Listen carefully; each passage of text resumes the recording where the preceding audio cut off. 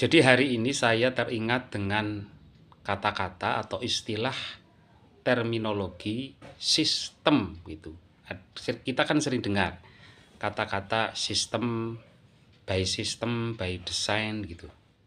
Kalau nggak salah saya baca istilah sistem itu definisinya adalah tata cara atau proses dari awal sampai akhir, dari A sampai Z itu jika diulang hasilnya sama, walaupun pelakunya ya pekerjanya di sistem itu berbeda, tapi hasilnya sama.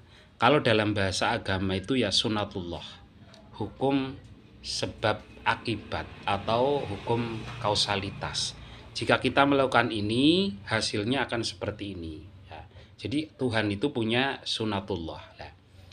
Kita analogikan seorang chef atau orang yang pintar masak itu tentu punya resep ya, punya resep itu sendiri ya, mulai yang ditulis itu mekanisme memasak, misalkan masakan apa gitu ya, ada bahan bakunya, kemudian bumbu-bumbu rahasianya ya, kemudian proses memasaknya ya, takaran bumbunya itu jika dilakukan itu diharapkan hasilnya akan menghasilkan masakan yang sama.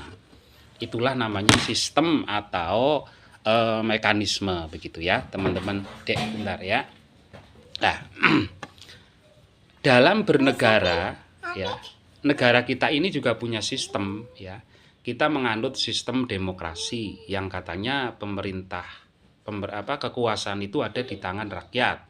Kita punya lembaga representasi dari masyarakat, eksekutif sebagai pelaksana, legislatif sebagai lembaga wakil rakyat yang mengontrol jalannya eksekutif dan yudikatif. Serta setiap lembaga itu punya aparatur tersendiri ya, kementerian dan sebagainya. Nah, pertanyaannya adalah siapa yang mendesain sistem itu atau aturan atau mekanisme dari awal sampai Z sehingga menghasilkan apa yang kita inginkan, idealisme yang kita inginkan tentunya untuk kemaslahatan bersama gitu loh. Contoh kecil, ketika dalam hajat 5 tahunan kita memilih presiden ya, kemudian pemilihan legislatif itu, siapa yang mendesain, yang membuat sistem pemilu itu? Tentunya para ahli ya, para ahli politik dan mungkin profesional, para dosen dan sebagainya ya. Nah, yang menjadi pertanyaan kita, apakah proses itu benar-benar sudah sesuai dengan aturan yang ideal ya, yang diharapkan dari A sampai Z? Faktanya kan tidak seperti itu. Sistem pemilu kita yang demokratis, memilih langsung wakil rakyat kita ya, sejak awal itu kan sudah cacat. Yang seharusnya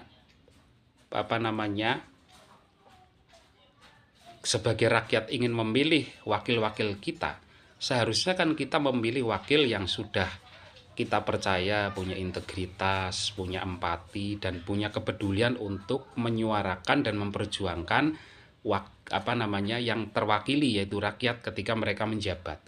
Tapi dari awal kita kan tahu sendiri, prosesnya itu justru logikanya terbalik.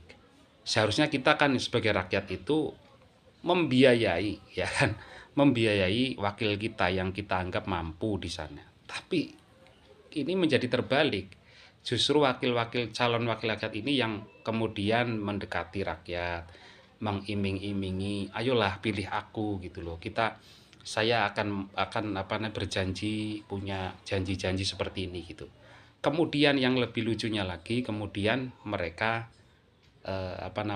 memberikan sejumlah uang agar memilih mereka. Ini kan sudah cacat secara tujuan awal cacat. Tujuannya adalah kita ingin memiliki wakil yang punya integritas, kepedulian terhadap rakyat, tapi karena dari awal ya itu sudah cacat ya, transaksional, money politik ya, ini kan udah nggak benar teman-teman. Jadi kita kok pengen menghasilkan wakil rakyat yang peduli, berempati, memperjuangkan. Ya mereka nggak salah juga loh teman-teman dari para anggota legislatif. Sejak awal aja partai itu sudah membebani calon wakil rakyat ini dengan biaya agar bisa lolos di internal partainya, kemudian belum biaya kos politik, biaya politik yang tinggi, biaya kampanye, kemudian money politiknya. Ini kan sudah nggak benar sistemnya. Dengan sistem yang seperti ini dari awal, apakah kita mau mengharapkan ending yang bagus seperti itu? Saya kira nonsen, teman-teman. Jadi sistem bernegara kita, ketika kita memilih wakil-wakil rakyat kita, memilih pemimpin kita, itu sudah cacat. Jadi sistemnya itu memang sudah cacat. Walaupun dalam penyelenggaraan itu sudah ada peringatan dari ada KPU, ada Panwaslu, Bawaslu dan sebagainya, nyatanya tidak terjadi. Artinya kesadaran kita sebagai rakyat juga perlu dipertanyakan. Kita masih menerima money politik, wakil rakyat kita juga. Jadi kita sejak awal itu sudah berkong kali kong merusak sistem yang seharusnya baik ini. Jadi yang harus diperbaiki sebenarnya adalah sistem, kesadaran bersama. Jadi kalau sistemnya berjalan dengan baik, para wakil rakyat kita berangkat ke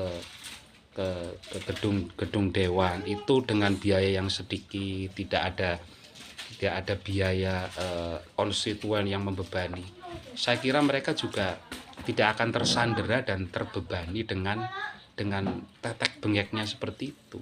Logikanya kan nggak akan mungkin ketemu ya dengan sistem awal yang seperti itu. Kembali lagi, jika sistem awal dari awal sampai akhir itu sudah tidak baik, kita mau mengharapkan yang baik itu ya nonsen, teman-teman. Terima kasih. Itu opini saya ya. Terima kasih.